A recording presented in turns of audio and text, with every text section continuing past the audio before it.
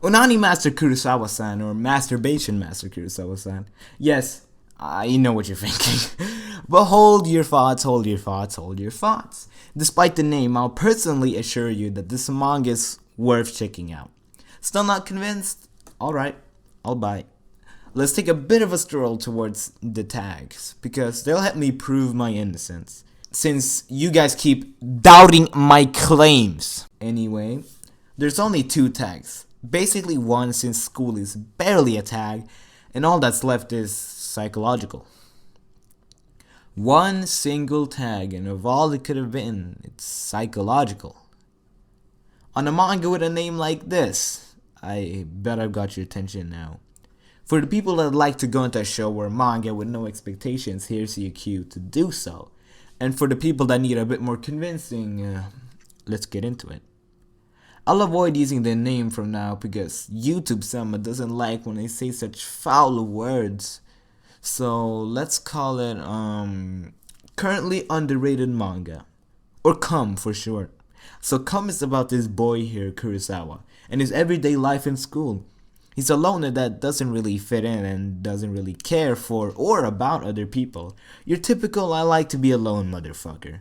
But there's one thing different about his daily schedule because he has a certain secret. A daily activity that he does every day without fail. The school bell rings and school ends. He doesn't go directly home, no. Instead he goes to the library. Seemingly normal, but just you wait. He reads for a while until he feels that the school is empty enough for him to leave. He goes up to the 3rd floor and goes through the hallway.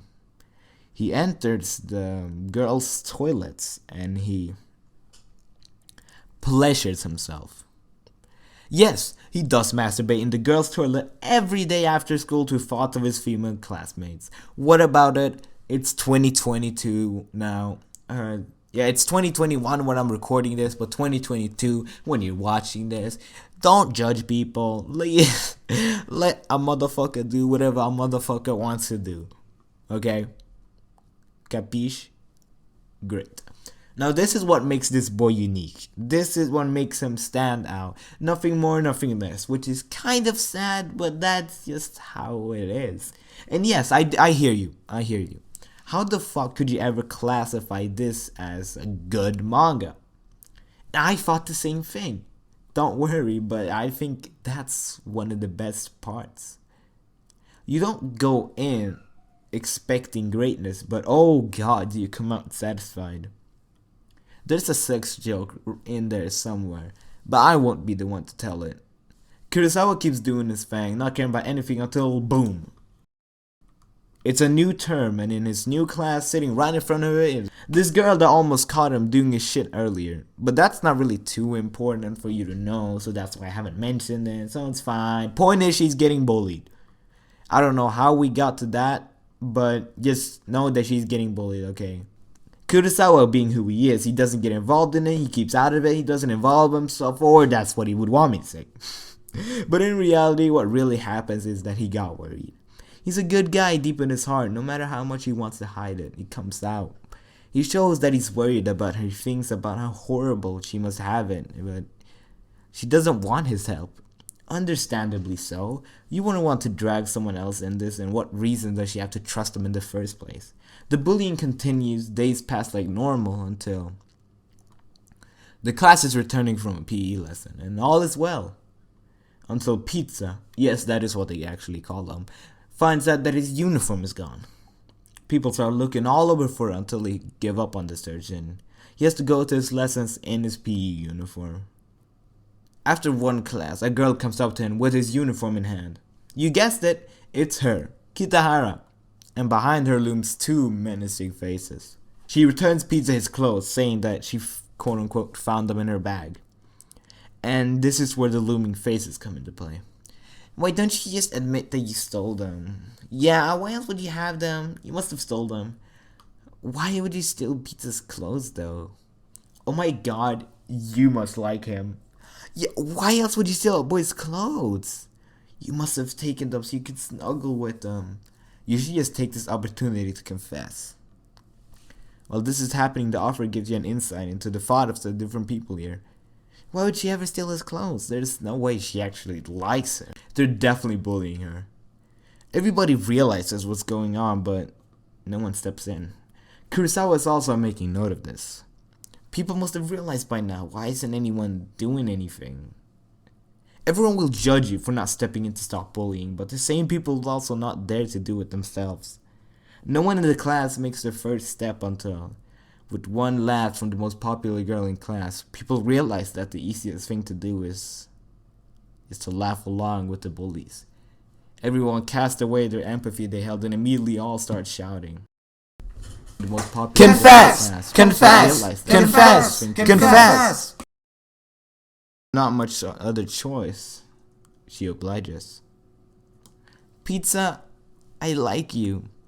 Everyone starts cheering, congratulating Pizza on the new girlfriend, celebrating the new happy couple even when knowing that they all forced this event. This is where Kurosawa draws the fucking line. He starts scheming on his plan for revenge. I hope you like my dramatic reading. Credits go out to me, voice acting was me, editing was me. I did it all, really. Anyway, I'll stop there since hopefully that's enough to make you want to go read it. It's only 30 chapters long, which is not a lot. Like, I read it all in one go. There's really no reason not to give it a shot. Now, hopefully the only people here are the people that have actually read the manga. But just in case, I'll add a spoiler warning here so that we can finally get into it. I love this manga and what it conveys so fucking much. So it's really a shame that people overlook it for the name alone. I myself probably would have never read it if I didn't hear about it in a Scam Boulder Reviews video. He makes great videos, by the way. Do go check him out. I'll link him in the description or something. But the message this manga conveys is change. And not in some very hard to understand obscure ass way. It basically just comes out and says, you can change. Matter of fact, I'll bet you 1,000 kroner that's an actual line. In the span of this manga, Kurosawa goes from a vaguely weird guy to an actually fucked individual to a really great guy. And it's not some I promise I'll change, oh okay we forgive you type situation. It's I'm sorry for what I did and I'll be better in the future. Gets beaten up. You can't change by running away from your past. You change by acknowledging the wrongs you did, accepting the punishment for it, and then moving on. Kurosawa sexually harassed in total 5 women by coming on one of their belongings, one of them even being the woman he loved the most. And he decided that he would change, and instead of going the easy way, which most people would have taken by erasing that past from his memory and just not doing it ever again, he went and he confessed to his crimes. In front of the entire class. He was beat, harassed, bullied, ostracized, and for what? Sugawa said perfectly. Why do you keep beating him? Well, this is what he wanted. He wouldn't have confessed if he wasn't prepared for this. And this line is what made me instantly fall in love with this character. She was the bully of Kitahara, and obviously I hated her for bullying my motherfucking girl. But this line shows that she's so much more than just your stereotypical bully. She was the victim to one of Kurosawa's attacks, we'll call them, so it would make sense for her to beat his ass to retaliate. That's not what she answers with. She says it's because it's what he wanted. This line is everything. The foreshadowing on it is so fucking great, and it shows that she's very capable of understanding others. Her line foreshadowed her upcoming change as a person by showing that she knew how to change. She just needed that push to actually commit to it. And her being able to understand someone like him better than what was then basically one of, if not his only real friend, spoke volumes about how she would change in the future. I just really like this line, okay? Her change happened off screen somewhere during the time skip, but I feel it's pretty safe to say that what happened to Kitahara must have been what drove her. I think Sugawa was so shaken up by this that she realized that her actions have consequences and serious ones at that. And I think this is where she started to work to become better. Seeing this, there's no way she wouldn't blame herself, as she was a big reason as to why what happened. And she's not evil, she also realizes that she needed to change. Whoa, you're doing this all out of whack. What do you mean? Why the fuck did you start with Sugawa? I don't know, she's cute, I guess. Okay, that's fucking stupid. People that haven't read the manga won't understand a thing. I guess you have a point, actually. I guess I didn't think of them. I'm sorry. I'll change in the future. Okay, let's start this from the beginning. After Kurosawa had taken his revenge on the bullies by coming on their uniforms, comes what I like to call the beginning of the fall. Haha, comes. Get it? Pun intended. So Kurosawa comes on their uniforms. I'm such a fucking man-child. So Kurosawa comes on their uniform. Kitahara figures out it was him, probably without much trouble even. And now it's blackmail time. Kurosawa is forced to help Kitahara take all the revenge she wants to, or else she'll spill all the beans about his little hobby. He agrees since, well, he doesn't really have a choice in the matter, and they immediately start by taking revenge on the class's quote-unquote beauty. I say beauty in quotes because, bitch, this motherfucker ain't all that.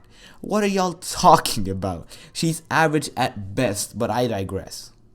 Oh wait, that rhymed. Hey, she's average at best, but I will digress. This dumbest little bitch thinks she's better than the rest. Holding on to my crest, my patience will test. School and this long ass video got feeling hella stress. Yo! That was really something. I might just be losing it.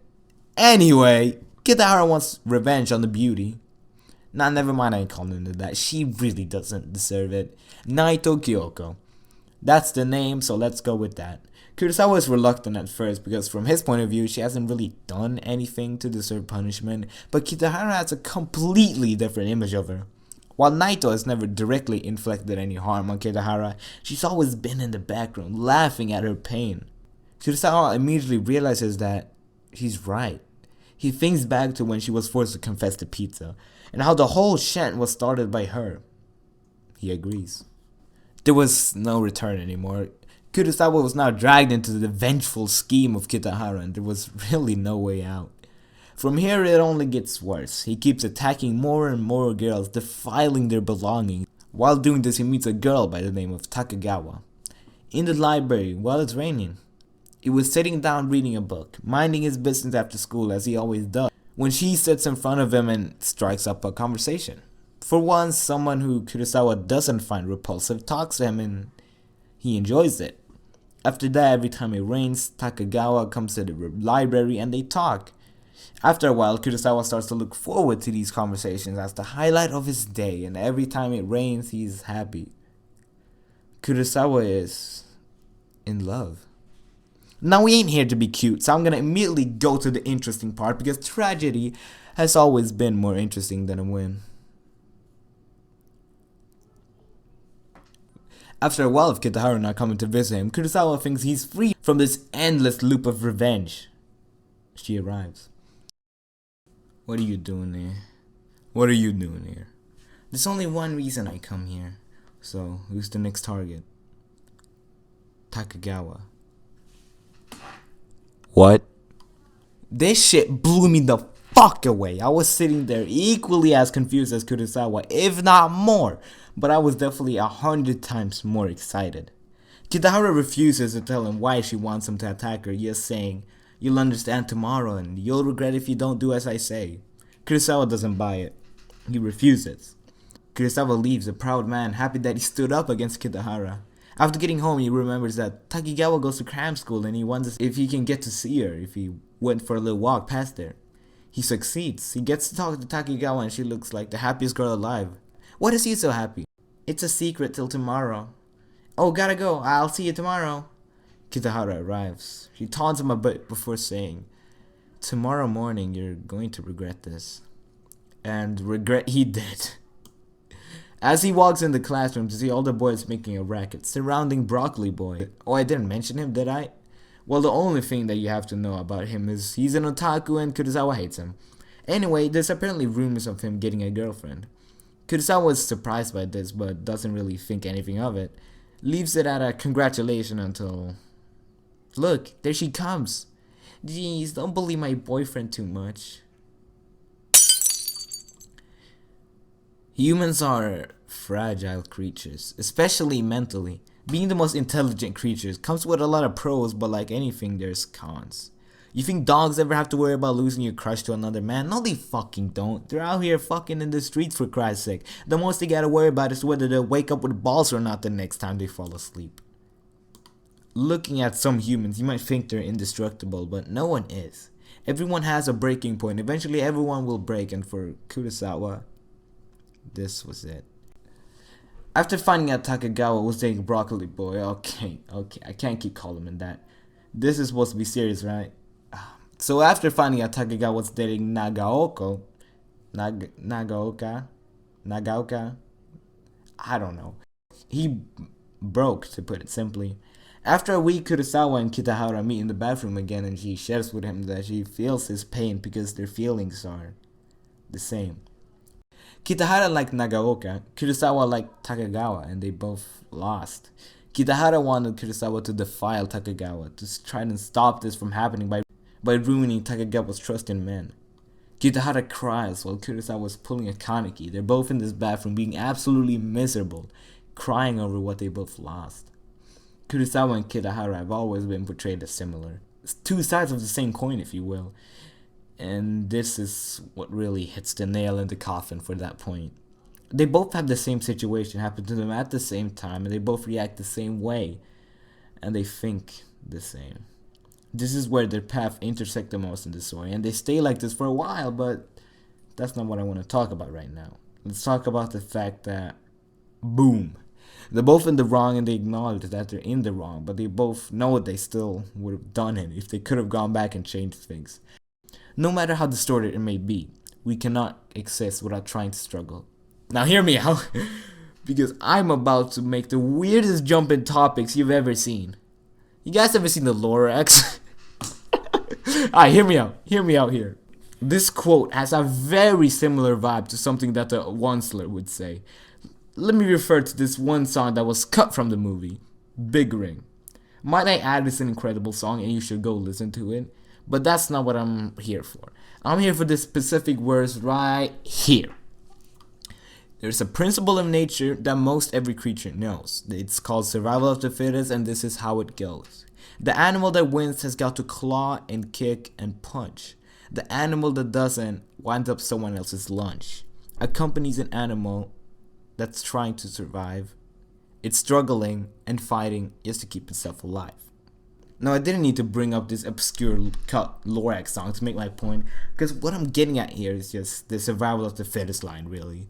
Which, as the Onceler said, is a principle of nature that entails that the animal that puts up the biggest fight and struggles the most is the one that ends up alive.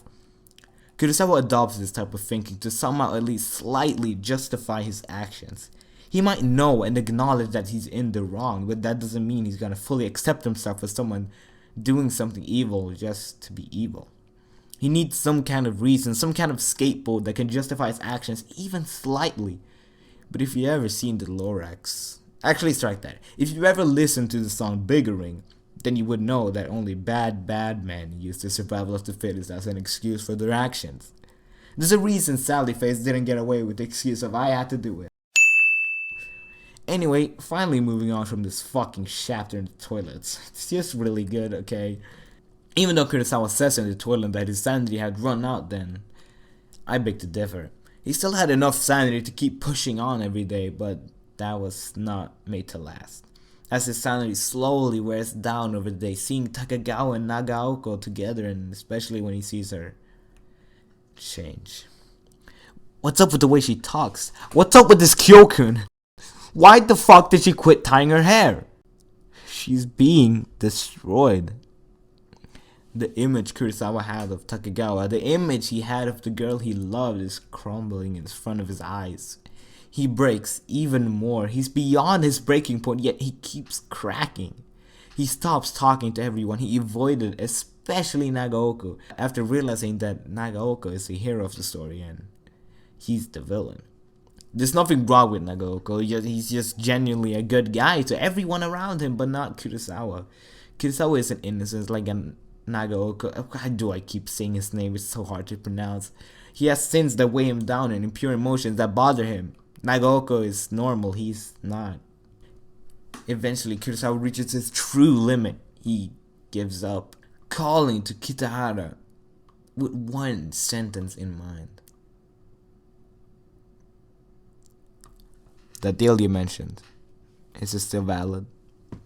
Kitahara of course agrees. In Kurosawa's shattered mind, he realizes that he's the villain, and instead of choosing to better himself, he decides to play his role perfectly. During the sports festival, when everyone's celebrating and cheering for the winners, Kurosawa and Kitahara sneak off into the classroom. He doesn't do it with pleasure. Kurosawa isn't evil, he's just broken, with no idea what to do next. Where is he supposed to go? What's he supposed to do? What's the next step in this pitiful game of life? Who can you turn to when you've pushed everyone away? Where do you go when you've lost all sense of direction? In Kurosawa's mind, he's the villain. And with nothing except his twisted self-view to guide him, he goes along with that idea. Because he has had enough, and maybe this will help take away the pain. How the fuck did this manga make a scene about coming so emotional? God fucking damn. Everyone enters class after the sports festival is over, and well, we all know what's gonna happen here. Kurosawa feels nothing.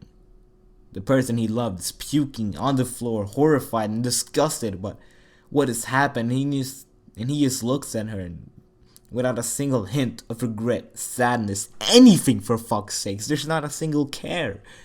He leaves the classroom with his parting words. Goodbye, the person I loved.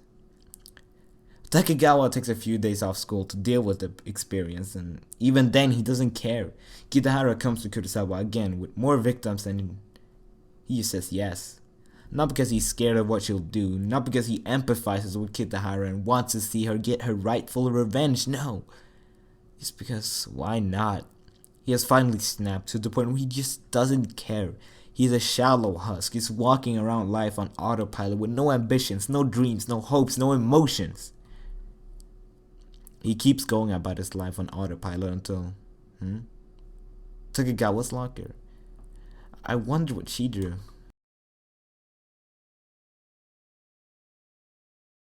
For the first time in so long, we see emotion in Kurosawa's face. Regret, sadness, pain, it's all there, baby. He's becoming human again. Our boy's coming back to us.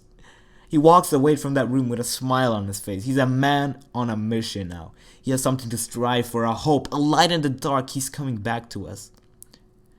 Sensei! Before we all go, there's something I'd like to say to the class. Looks like Kurosawa has something to say to y'all. Everybody sit down quiet and listen. It was all me. I did it. And I'm truly sorry. Reading this, I had the biggest smile on my face. He's finally found the correct path. It goes without saying that he gets bullied, ostracized, and beaten. And I fucking mentioned that earlier after the, but honestly, it's with good reason. And it's what he expected. This is bearing the consequences of your actions head on. Kurosawa wants to change.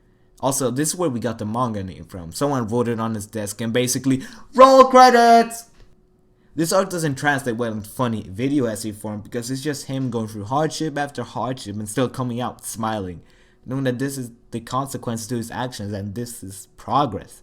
But I do want to say, it feels so good to see him smiling after all this time. Mwah, kiss you on the lip, you sexy bastard. Also, Nagaoka. After a while of Kurosawa suffering alone, Nagaoka reaches out to him. During PE, you have to choose a partner to stretch with, and every time he's tried, Nagaoka has gotten shut down. And honestly, these scenes alone beautifully depict the changes in Kurosawa. In the first example is him screaming out that he doesn't want to pair up, by accident letting all his emotions flow. He's a mess. This is his low. The second time he says no in a way that screams, you're better off being with other people. This was him in a troubled mindset, thinking that he's the worst. And here, now we have him agreeing with a smile, shaking his hand, saying thank you. He's at his high. Now this is fucking art, ladies and gentlemen. Kurosawa is sitting in the library one day, and in comes a very familiar person, Takegawa. It's time to make amends. She sits down in front of him, and this chapter is about how Takegawa struggled to get to this point of actually forgiving him, but now she's here. I'm sorry. It's okay. This chapter actually almost made me cry rereading it for this video. It's actually such a wonderful chapter. I love it to bits. Then she revoked her forgiveness the next chapter and made him sell his soul away. No, no, literally. She said she won't forgive him unless he promises to become a novelist. Is that how you say it? Novelist? No, novelist? Novelist. Makes sense. Until he promises to become a novelist. And now that's what he has to dedicate his life to. Poor guy. Now it could go on until the end of this arc, but these next few chapters are a lot about Kitahara, so let's go over her instead. Although this will need me to go way back until about here. Right after Kurosawa does his attack on Takugawa. Actually, it's not that far, but she has never been in a good mental state, but I feel like this is where it starts to really drop. I mean, just look at her. Whack ass. Anyway, right after he's done with Takugawa, Kitahara immediately tells him that his next target is Arai-san, which is a character that hasn't been mentioned until now, but apparently it's someone who has been bullying Kitahara while her past bullies were busy with tests. As we know already, Kurosawa agrees. He does, and she immediately has another victim for it. Haruna, the girl who has been bullying her with Arai-san this entire time. But the thing I want to focus on here is this quote by Kurosawa. Normally once people start venting their anger, it becomes pretty hard to stop. Kitahara is weak, she can't fight back, so she's just been trying to bear with the bullying until now. But Kurosawa gave her a chance to get revenge, and after tasting the sweetness of revenge, she got addicted. She kept taking revenge on anyone that slightly annoyed her, and now she's beyond stopping. She has just been stuck in this infinite loop of evil. She hasn't been fixing any of her problems, and she's just been doing things to make her feel a bit better momentarily, which just ends with her being miserable when that runs out, which makes it so she keeps searching for more revenge to make her feel even just a little bit better. She's just stuck in an infinite loop until eventually our agreement that expired today. What the fuck will she do now? With no way to vent out her anger, all that is left is pain. She goes to Kurosawa to scream at him. He must be out of his mind to confess now. Everyone will treat him horribly. But even if he's getting beat up and bullied, he stands by his confession, saying that the real insane one is the person that he was until now. You remember how I talked before about the fact that the bathroom scene here is where they were the most connected. This bathroom scene is where they take split paths. Kurosawa chooses the path with thorns, the path to change. Meanwhile, Kitahara stays the same. Kurosawa wants Kitahara to join him, so he tells her to watch him as he doesn't regret confessing for a single second. I fucking love this chapter, honestly. There's such a huge contrast between them that they're so similar at the same time. They really are like the same person, just with one difference, and that's one single decision. They perfectly illustrate the difference between people that want to change and people that don't want to really go through the effort. Changing isn't easy and it will take a whole lot of result, but if you do, you'll never regret it. I honestly hate to say how much I relate to this, but oh my god, it's like 1-to-1. I have this one friend who I used to be very similar to. They're a lot like Kitahara in that sense, and I'm like Kurosawa. We were both these kind of introverted people that just sat home miserable every day, with the only real comfort we had were each other's company. I would sit up to like 4 a.m. talking to them because there wasn't much better for me to do. And then I decided to change. Now we're polar opposites in almost everything. There's still a decent amount of similarities, and I do still enjoy talking to them, but they're still at that same place they were at. Actually, it's probably worse than I've trying to get them on the thorny path, but they refuse. And as I said before, you can't help someone that doesn't want help. The similarities between this and my life continue as this chapter hits. Kitahara and Kurosawa are cleaning the bathroom when Kitahara starts talking to Kurosawa, saying that she can't be like him. Kurosawa tries his best to reassure her, but this only makes her more mad. She goes full Tyler 1, screaming at him at the top of her lungs, flipping a desk, making damn sure he understands her. I'm different from you. I can't become like you. I don't want your sympathy. It's impossible for me to change. I'm dirty. The inside of me is pitch black. I'm a coward. I'm not nice at all. I'm different from you. I can't endure it. I cannot change. Life moves on. Time never stops, and for some people, that's a curse. You might think you're a little fooling around with people in class, making fun of them, bullying them. You might think it's funny. You might think it's nothing, they'll be fine, but eventually people have enough. As I said before, humans are fragile creatures, and every single one of us has a breaking point. Eventually we all have enough. Eventually we all snap.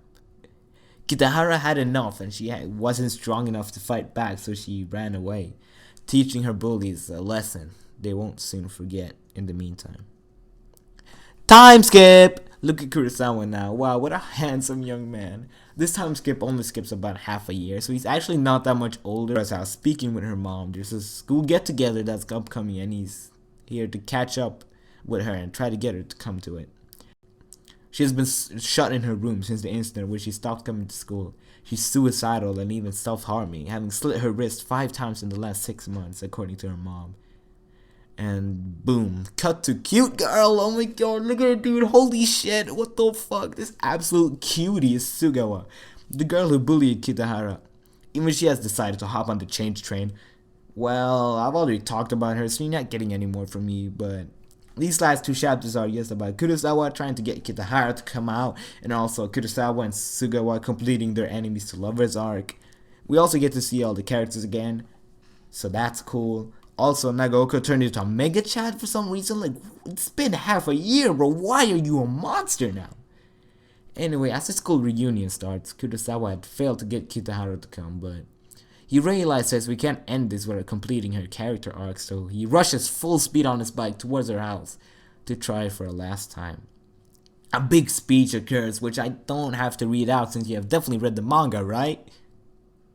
Anyway, he gets Kitahara to come out with his quirky little Kurosawa magic, and as she arrives at the class reunion and finally opens the door, she sees how beautiful the real world can be.